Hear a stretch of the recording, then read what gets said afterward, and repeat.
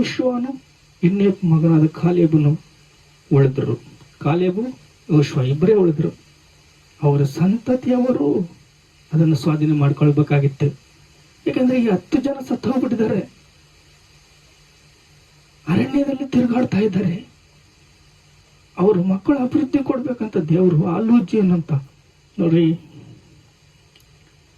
28 ನೋಡ್ರಿ, ನೀನು ಅವರಿಗೆ ಹೀಗೆ ಹೇಳಬೇಕು, ಯೆಹೋವನು ಹೇಳುವುದೇನೆಂದರೆ, ನನ್ನ ಜೀವದಾಣೆ. ಯಾರು ದೇವರು ಏನು ಹೇಳ್ತಾ ಇದ್ದಾರೆ ನೋಡ್ರಿ, ಜೀವದಾಣೆ, ನನ್ನ ಜೀವದಾಣೆ, ನೀವು ನನಗೆ ಕೇಳಿಸುವಂತೆ ಆದುಕೊಂಡು ಪ್ರಕಾರವೇ ನಾನು ಮಾಡುತ್ತೇನೆ.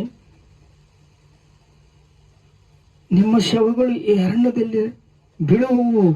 ನೀವು ನಮಗೆ ವಿರೋಧವಾಗಿ ಗುಣಗುದ್ದರಿಂದ ನಮ್ಮಲ್ಲಿ ಲೆಕ್ಕಿಸಿದವರೇ, ಅಂದರೆ 20 ವರ್ಷ ಮೊದಲುಗೊಂಡು ಹೆಚ್ಚಾದವರೆಲ್ಲ 20 ವರ್ಷದಿಂದ ಹೆಚ್ಚಾದವರೆಲ್ಲ ಸತ್ತೋದ್ರು. ಯಾಕೆ? ದೇವರಿಗೆ ತಲೆನೋವು ತಂದಿದ್ದಾರೆ.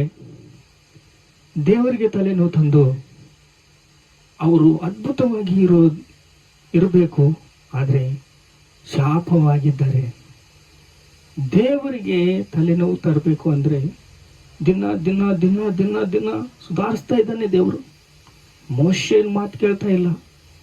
ಆದರೆ ಯೋಶುವ, ಕಾಲೇಬು, ಯೇಸು ಕ್ರಿಸ್ತನು ಏನು ಹೇಳಿದ ನೋಡ್ರಿ, 14ನೇ ಅಧ್ಯಾಯ 14ನೇ ವಚನ, ಯೋಹಾನು ಬರೆದ ಪತ್ರಿಕೆಯಲ್ಲಿ ಜಾನ್ 14:14, ನೀವು ನನ್ನ ಹೆಸರಿನಲ್ಲಿ ನನ್ನನ್ನು ಏನಾದರೂ ಕೇಳಿದರೆ ಅದನ್ನು ನೆರವೇರಿಸುವನು.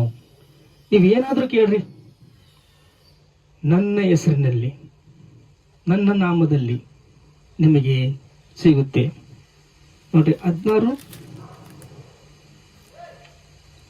ಸತ್ಯದ ಆತ್ಮ ಬಂದಾಗ ಅದನ್ನು ನಮ್ಮನ್ನು ನಡೆಸಿಕೊಂಡು ಹೋಗಿ ಸಕಲ ವಿಷಯದಲ್ಲಿ ಸತ್ಯಕ್ಕೆ